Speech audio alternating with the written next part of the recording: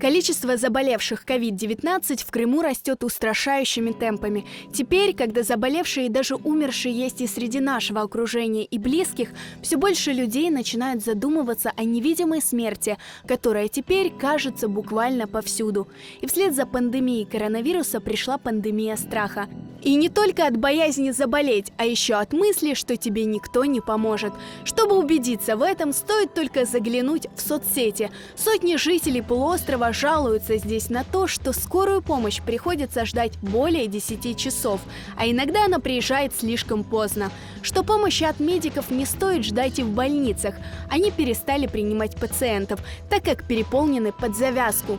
Мы решили проверить, проведя социальный эксперимент, действительно ли ситуация столь катастрофическая, и начали со звонка в скорую помощь. Скорая 26. Добрый день, подскажите, пожалуйста, у нас тут пожилой женщине плохо, все признаки ковида. А если вызвать скорую, то сколько по времени будет ехать машина? У нас очень много сейчас вызовов, сразу не приеду. Признаки ковида. Вы сделали КТ, у вас тест есть. Что Мы вообще? звонили, мы хотели записаться на КТ, просто ближайшая запись через неделю, и она, возможно, даже не доживет уже до этого. Может быть, ее нам самим куда-то отвезти в какую-то больницу? Вас никуда не примут сейчас, тем более самих. С пневмонией, с одышкой и с подозрением на ковид. Если вам нужна скорая, то она к вам однозначно приедет. Я только вам не обещаю, что скоро, потому что вызовов куча. И половина из них с одышкой. Вот представляете, да, что в пандемию сколько вызовов? Услышав от диспетчера скорой помощи вопрос о КТ, речь о компьютерной томографии легких, которые первыми поражаются коронавирусом, мы выяснили, что сделать этот анализ в больнице или поликлинике сегодня невозможно. Причина – неработающие аппараты, заболевшие сотрудники и просто отказ принимать пациентов. Таким образом, выяснилось, что сделать КТ в Симферополе можно только в 2 клиниках. Естественно, частных – в Авиценне и в медцентре на улице Грибоедова. Первый звонок в Авиценну. Добрый день, клиника Авиценна, слушаю вас. Добрый день, хочу записаться на компьютерную томографию легких. Подскажите, пожалуйста, ближайшая свободная дата, когда у вас?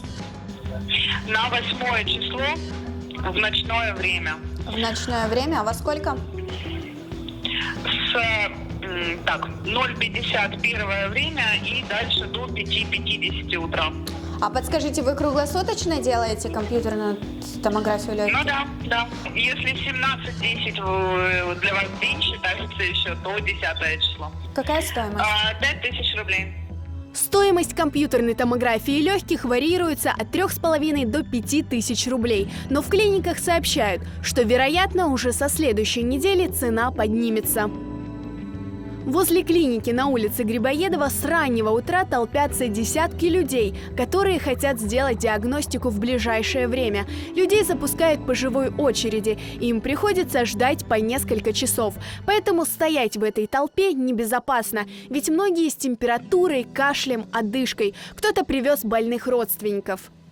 Я сегодня приехала к 8 утра и оказалась в списке 21-я. Мне сказали, что они сегодня будут работать до 9 вечера, и если у меня есть время, то я могу остаться подождать.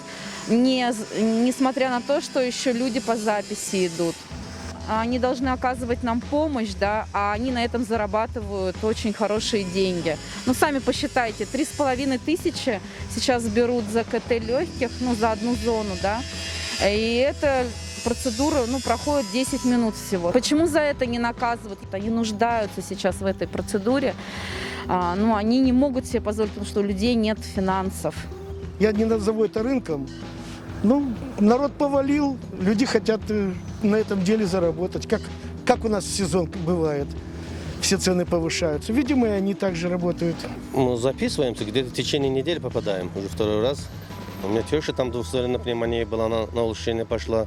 Жена 10% была, и слава богу, что на улучшение пошло.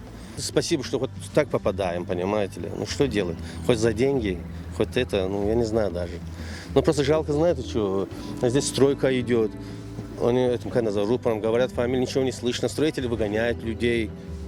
Чтобы сделать компьютерную томографию, сюда приезжают люди из разных городов Крыма. А почему вот в нашем Бахчисарайском районе, такой огромный район, больница есть, поликлиника есть, почему у нас своего КТ там нет, чтобы мы могли спокойно сделать и не вставать в 5 часов утра, чтобы приехали сюда.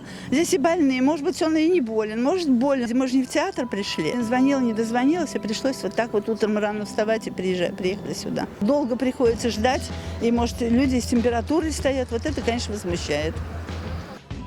Сдать тест на коронавирус можно в государственных медучреждениях и частных лабораториях. В поликлиниках его делают только по показаниям и по направлению врача, поэтому большинство людей, заподозрив заражение, отправляются в частные клиники. В частной лаборатории стоимость теста на ковид стоит от 1700 рублей. Но радует хотя бы то, что с очередями здесь, как правило, нет проблем. Как пришла сегодня, сразу попала. Вот пришла и сразу же сдала, без очереди. Ну, дороговато, конечно. В принципе, для обычного человека дороговато. У кого, конечно, деньги есть, тот позволит себе, можно. 1700 рублей стоимость теста.